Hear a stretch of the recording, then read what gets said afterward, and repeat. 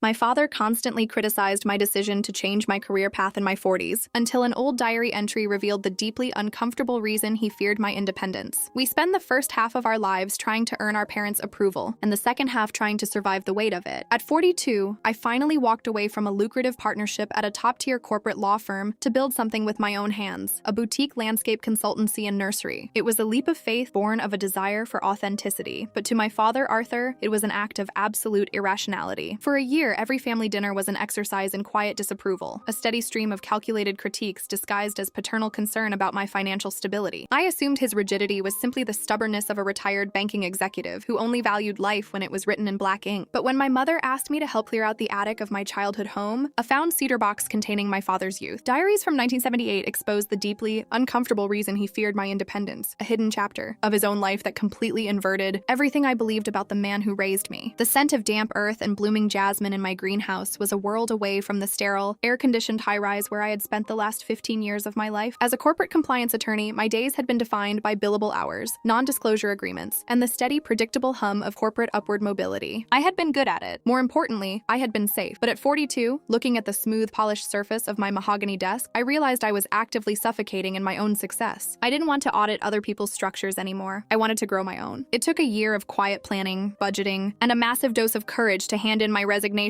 and purchase a neglected plot of land on the outskirts of Savannah, transforming it into the verdant hearth. My husband, Marcus, supported me unconditionally. My mother, Lydia, brought me a watercolor painting she'd made of a magnolia blossom to hang in my new office. But my father, Arthur, treated my career transition as if I had announced a sudden, catastrophic lapse in judgment. "A nursery, Julianne?" he had said during our Sunday dinner, his voice perfectly level, carrying the clinical precision of a man who spent 40 years evaluating loan risks. He carefully sliced his prime rib, not looking up. "You've spent nearly 2 decades building a reputation in the most prestigious firm in the state. You have a pension plan, equity options, and a guaranteed trajectory. To throw that away for retail gardening, it defies basic fiscal logic." "It's not retail gardening, Dad," I explained, keeping my tone measured, a habit left over from years in the courtroom. "It's a specialized landscape consultancy. I'm focusing on historical restorations and native preservation. The overhead is fully covered by my savings, and my first quarter projections are already stable." Arthur set his fork down with a quiet, definitive click against the porcelain. "Projections are just fiction written by hopeful entrepreneurs, Jules. The market doesn't care about your passion. It cares about stability. You are entering your mid-40s. This is the time when you consolidate your assets, not liquidate them to play in the dirt." The phrase "play in the dirt" stung, but it didn't surprise me. Arthur Miller had always viewed life through a strictly managed spreadsheet. Growing up, my brother and I were rewarded for high test scores, predictable choices, and clear linear paths. Any deviation into the creative or the unconventional was met not with anger, but with a cold, analytical withdrawal that made you feel instantly small. Over the next few months, his critique evolved from a general disapproval into a persistent narrative strategy. Every time he visited the nursery, he didn't look at the beautiful rows of native ferns or the historical restoration plans I was drafting for the city. Instead, his eyes went straight to the minor inefficiencies. "The drainage along the east wall is insufficient," he remarked during a Tuesday afternoon visit, poking at a gravel trench with the tip of his leather umbrella. "A heavy storm will erode the foundational soil. You'll spend thousands in structural repairs before the year is out." "We've already scheduled a contractor to grade the slope next month, Dad," I said, wiping a smudge of soil from my forearm. "It's completely under control." He adjusted his cuffs, his expression a mask of profound, heavy skepticism. "Under control implies a surplus of capital, Julianne. You are running a razor-thin margin here. One bad season, one infrastructure failure, and you'll find out exactly how unforgiving the real world is to those without a safety net." I watched him walk back to his pristine luxury sedan, his posture rigid and unyielding. I felt a familiar, exhausting knot of self-doubt tightening in my stomach. Why did my independence feel like a personal affront to him? Why did he look at my happiness and see nothing but an impending disaster? I thought his behavior was just the routine stubbornness of an aging patriarch, until my mother called me 3 days later with a request that would completely disrupt the quiet boundary we had established. "He's playing golf in Hilton Head until Friday, Julianne," my mother Lydia said over the phone, her voice carrying a soft, conspiratorial lightness. "The roofing contractors are coming next week to reinforce the gables, and the attic is absolutely packed with 40 years of your father's old banking archives and historical journals. I simply can't lift those heavy file boxes alone." "Of course, Mom," I said, glad for an opportunity to do something physical that didn't involve analyzing my nursery's balance sheets under my father's imaginary magnifying glass. "I can come over tomorrow morning after I finish the inventory checks." The house I grew up in was a stately, colonial-style home in a quiet, oak-lined neighborhood of Savannah. It was a property that projectively shouted predictability and prestige, every hedge perfectly square, every shutter aligned with mathematical precision. Walking through the front door always felt like stepping into an archive of Arthur Miller's standards. My mother met me in the hallway, her linen apron covered in a light light layer of dust. "Thank you for coming, sweetie. I've already sorted through the old linens, but the deep storage space behind the cedar wardrobe is entirely your father's domain. He hasn't looked into those boxes since he retired 5 years ago." I climbed the narrow wooden stairs into the attic. The air up there was thick, warm, and heavy with the scent of old paper, mothballs, and aged wood. Rows of green hanging file boxes were stacked neatly against the rafters, each one meticulously labeled in my father's sharp, capitalized handwriting. Tax records, 1982-1988. Regional investment audits. Mortgage portfolios. It was a physical manifestation of his mind, orderly, chronological, and entirely devoid of sentimentality. I began moving the heavy boxes toward the stairs, my muscles straining against the weight of decades of financial history. As I reached deep into the recessed corner behind an old, broken grandfather clock, my fingers brushed against a different kind of container. It wasn't a standard cardboard file box. It was a small, military-style steel ammunition can, heavy and cool to the touch. There was no label on it. It was tucked away behind a stack of personal banking ledgers from the late 1970s, completely out of the chronological sequence my father took such pride in maintaining. Curiosity got the better of me. I pulled the can out into the dusty shaft of sunlight filtering through the small attic window. The latch was stiff, rusted by decades of Georgia humidity, but with a sharp tug, it clicked open. Inside, there were no spreadsheets, no investment portfolios, and no tax returns. Instead, the box contained a small collection of sketches drawn on charcoal paper, beautiful, fluid drawings of historical buildings, old coastal shacks, and wild, uncultivated landscapes. They were signed with a simple, elegant AM. Beneath the sketches lay a thick leather-bound notebook with a frayed spine. I opened the first page, my eyes catching the date, September 14th, 1978. The handwriting was unmistakably my father's, but it lacked the rigid, controlled precision of his later years. It was loose, passionate, and hurried. "The firm in Chicago offered the junior partnership today," the first entry read, "but the architecture drafts for the historic preservation project are finally taking shape. I can feel the space breathing when I draw it. Everyone says the banking route is the only way to secure a future in this climate, but if I sign that contract, I know I'll be spending the next 40 years auditing someone else's life while my own drafts rot in a drawer." I stared at the page, a sudden cold sense of shock washing over me. My father, Arthur Miller, the man who had spent his entire life telling me that passion was a luxury for the foolish, had once been an aspiring historical preservation architect, and he had been facing the exact same choice I had just made. As I turned to the next page, a loose newspaper clipping slid out from the leather binding, revealing a date that made my heart stop completely. The newspaper clipping was from the Savannah Morning News, dated December 3rd, 1979. The headline was small, buried on the business page: "Local development venture collapses. Historic restoration firm files for dissolution." I picked up the frayed leather diary, my fingers tracing the cracked spine as I read the entry written on the exact same date. The loose artistic handwriting from his earlier entries had completely disappeared. In its place was a tight, constricted script that looked exactly like the cold, clinical notes he used to write on my childhood report cards. "It's over," the entry began, the ink heavy and dark, as if he had pressed the pen into the paper with immense force. "The preservation project failed. The city pulled the historical zoning permit after the winter storms caused a foundational collapse on the riverfront site. Every dime of the seed capital is gone. The lenders are demanding immediate personal liquidation. I am $22,000 in debt, with a pregnant wife and a credit rating that makes me a pariah in this town." I leaned back against a stack of file boxes, the warm attic air suddenly feeling very thin. December 1979. My mother would have been pregnant with me. "Today, I burned the remaining structural drafts," the diary continued on the next page. "I walked into the regional trust building and accepted the entry-level credit analyst position. It is soul-crushing work, surrounded by men who view architecture as nothing more than a depreciating asset on a balance sheet, but it pays a guaranteed bi-weekly salary. It has health insurance. I can never allow myself to look at a blank drawing board again. Passion is an infection. It makes you blind to the risk until you've dragged the people you love into the wreckage with you. I will build a wall around this family, and I will ensure my children never, ever feel the ground move beneath their feet the way I felt it move today." A profound, aching silence settled over me. For 40 years, I had viewed my father's rigidity as a lack of imagination, a natural coldness that separated him from the creative, vibrant world I wanted to inhabit. But looking at these faded pages, I realized his discipline wasn't an absence of feeling. It was a fortress built over a massive, unhealed wound of public failure and terror. He hadn't criticized my career transition because he hated my choice. He criticized it because my independence was actively triggering the deeply buried resentment and terror of his own youth. By walking away from my legal partnership to open a design business, I was stepping directly into the exact same minefield where his own dreams had been blown apart. "Julianne, did you find the old tax boxes?" My mother's voice called up from the attic stairs, her footsteps echoing on the wooden risers. I scrambled to close the leather diary, sliding it back into the steel ammunition can along with the charcoal sketches. My heart was pounding, a complex wave of empathy and sorrow competing with the residual anger I had carried for months. "Yes." "Mom," I called out, my voice sounding slightly strained as she stepped into the light of the attic. I subtly moved my foot to block the view of the open ammunition can. I've got the primary files sorted. I'm just taking a look at some of the older archives. My mother looked at my face, her intuitive eyes narrowing slightly as she noticed my expression. She looked down at the steel box near my feet, and a soft, knowing look of quiet sadness crossed her features. "Oh," she whispered, her voice dropping a fraction. "You found the 1978 box. Did you know about this, Mom?" I asked, looking up at her. "Did you know he wanted to be an architect?" My mother sat down on an old cedar chest, her hands folding in her lap as she prepared to share the story behind the man who had spent 40 years pretending he had never had a dream. He never spoke about it after the day he signed that banking contract. "Jules," my mother said softly, her eyes looking past me toward the small window, as if she were watching a film from 40 years ago. "When the restoration firm collapsed, we lost everything. We had to move into a tiny one-bedroom apartment over a garage. I remember sitting on the kitchen floor, 8 months pregnant with you, watching your father manually calculate our debt columns until his fingers bled from pressing the pencil so hard. I sat opposite her on a stack of cardboard boxes, the dust motes dancing in the light between us. But he was so angry when I left the firm, Mom. He made me feel like I was being completely reckless, like I was a child playing games. He wasn't angry at you." "Julianne," she said, reaching out to touch my knee, "he was terrified for you. When he looks at your greenhouse, he doesn't see your beautiful native plants or your restoration designs. He sees that riverfront foundation collapsing in the winter storm of 1979. He sees the debt collectors. He spent 40 years working a corporate job he secretly despised just to ensure you and your brother would never have to sit on a kitchen floor counting pennies. To him, your legal career was the ultimate proof that his sacrifice had worked. When you walked away from it, it felt to him like you were willingly jumping out of the lifeboat he spent his entire life building for you." The psychological weight of her words settled deep into my chest. All those years of high test scores, the pressure to go to law school, the meticulous focus on my financial security, it wasn't a narrative strategy designed to control me. It was his way of keeping me safe from the ghost that had haunted his own youth. "Why didn't he just tell me that?" I asked, a tear finally sliding down my cheek. "Why couldn't he just say, 'I failed and I'm scared for you'?" "Because Arthur Miller doesn't allow himself to be vulnerable, Jules," my mother said with a bittersweet smile. "He built his entire identity on being the rock. If he admits he failed, then the fortress crumbles. He genuinely believes that his coldness is a form of protection. He thinks that if he keeps testing your foundations with his critiques, he'll find the flaw before the market does." I looked down at the steel box. The charcoal sketches of those historical buildings were beautiful. They carried a fluidity and passion that I had never once seen in my father's stiff corporate demeanor. He had completely amputated a part of his soul to be the predictable provider we needed. "We need to put this back exactly where you found it," my mother said, standing up and smoothing her apron. "If he knows you saw it, it will humiliate him. He needs to believe his secret is safe." I nodded, carefully wiping a layer of dust from the top of the can before sliding it back into the dark recess behind the broken grandfather clock. We finished clearing out the remaining files in silence, the emotional landscape of my family completely altered without a single word being exchanged with the man himself. When I drove back to the nursery that afternoon, the green leaves of the hydrangeas and the scent of the fertile soil didn't feel like a risk anymore. They felt like a privilege, a legacy that my father had paid for with his own unfulfilled dreams. But I knew the boundary between us was still unstable. On Friday evening, my father returned from Hilton Head, and we were scheduled for our routine family dinner at their house, the first confrontation since I had uncovered the blueprint of his secrets. The dining room table was set with the usual mathematical precision. My father sat at the head, his linen shirt crisp, his movements controlled and predictable as he poured the wine. Looking at him now, I didn't see the rigid critic who had spent a year undermining my confidence. I saw the 22-year-old boy who had burned his architectural drafts in the winter of 1979. I drove past the verdant hearth yesterday morning on my way into town. "Julianne," he said casually, taking a sip of his Cabernet. His tone was characteristically neutral, but I braced myself for the impending analysis. "I noticed you've begun the grading work on the eastern slope." "Yes, Dad," I said, keeping my voice calm, looking at him across the candles. "The contractors started on Wednesday. They're using a standard gravel retention trench," he remarked, setting his glass down with a slight frown. "In a coastal subgrade like ours, gravel shifts within 3 seasons. You should have insisted on a reinforced concrete retaining wall with integrated weep holes. It would cost 40% more upfront, but it's the only way to guarantee structural permanence against a severe storm surge. A year ago, even a week ago, this comment would have made me defensive. I would have argued about budgets, cited my contractor's credentials, and left the dinner feeling emotionally depleted and misunderstood. But tonight, I looked at his hands, the hands that had once drawn beautiful, fluid charcoal sketches of coastal architecture, and I felt nothing but a profound, quiet empathy. He was trying to build a reinforced concrete wall around my nursery, just like he had built one around his life. "You're right about the subgrade, Dad," I said softly, leaning forward. My father froze, his fork halfway to his plate. He looked at me, his eyes narrowing slightly in deep bewilderment. He was entirely unused to me agreeing with his financial critiques without a fight. "The gravel is just the initial phase for the summer runoff," I continued, keeping my tone gentle, adult, and reflective. "We're actually integrating a deep-root native planting system along the slope, bald cypress and sweet bay magnolia. Their root structures naturally bind the coastal soil far better than concrete over a long timeline. It's an organic engineering strategy." Arthur stared at me, his expression unreadable. For a brief second, a flash of something ancient and intelligent crossed his features, a recognition of the engineering logic I was using. The rigid banking executive seemed to blink, and for a tiny, fleeting moment, the architect looked out through his eyes. Native root systems, he murmured, his voice dropping a fraction of its usual clinical authority. Yes. The old coastal builders used to rely on live oaks for foundational stability before the modern grading techniques were standardized. But it requires precise spacing, Julianne. If you plant them too close, the root competition will choke out the lower canopy. I've spent the last 3 weeks mapping out the exact spacing metrics based on historical preservation templates, Dad, I said, my heart beating with a sudden, beautiful hope. I want it to be structurally permanent. My mother sat quietly to his left, a soft, subtle smile touching her lips as she watched the conversation drift into a territory we hadn't inhabited in decades. My father didn't offer a counter-argument. He simply took a slow breath, adjusted his napkin, and took a bite of his dinner. The tension hadn't vanished, but the baseline had shifted. But the true test of our new boundary came 2 weeks later, when a tropical depression formed in the Atlantic, tracking directly toward the Savannah coastline. The rain began as a steady, rhythmic drumming against the glass of my greenhouse on a Thursday in late September. By midnight, the wind had risen to a sustained roar, rattling the metal frames of the nursery structure and sending sheets of gray water cascading down the eastern slope. Marcus and I spent hours sandbagging the lower beds, our flashlights cutting through the driving coastal gale. My hands were caked in mud, my muscles aching with an exhausting physical strain that carried a deeply uncomfortable reminder of my father's warnings. One bad season, one infrastructure failure, and you'll find out exactly how unforgiving the real world is. As the wind howled through the willow trees, a pair of headlights cut through the dark driveway. A car pulled up near the main office, not a contractor's truck, but a pristine luxury sedan that looked entirely out of place in the mud. The door opened, and a figure stepped out into the pouring rain, wrapped in a heavy yellow slicker and carrying a professional contractor's level and a flashlight. It was my father. Dad? I shouted over the wind, running toward him through the downpour. What are you doing here? It's 2 a.m. The roads are completely flooded. Arthur didn't answer immediately. He walked straight to the eastern slope, his boots sinking into the thick Savannah mud without a trace of his usual fastidious hesitation. He shone his flashlight along the gravel trench, watching the water rushing toward our newly planted native root systems. The culvert at the main road is blocked with debris, Julianne. He yelled over the storm, his face dripping with rain, his hair plastered to his forehead. The overflow is diverting straight into your upper terrace. If that terrace breaches, the water will saturate the root beds before they can bind the soil. The whole slope will slide. What do we do? I asked, a sudden cold panic threatening to take over my composure. Arthur looked at the slope, his eyes scanning the landscape with an intense, calculated clarity that had nothing to do with bank ledgers or risk assessments. He was looking at the topography, the fluid dynamics of the water, the structure of the land. We need to create a secondary diversion channel right now, he commanded, pointing his flashlight toward a natural depression in the western lawn. We use the sandbags to block the upper terrace breach and force the volume toward the low meadow. It will flood the grass, but it will protect the nursery beds and the foundation of the main office. For the next 3 hours, my 69-year-old father worked alongside my husband and me in the freezing mud. He didn't offer a single critique. He didn't tell me I should have stayed at the law firm. He simply gave clear architectural directions, using his body to hoist sandbags and construct a temporary barrier against the elements. By 5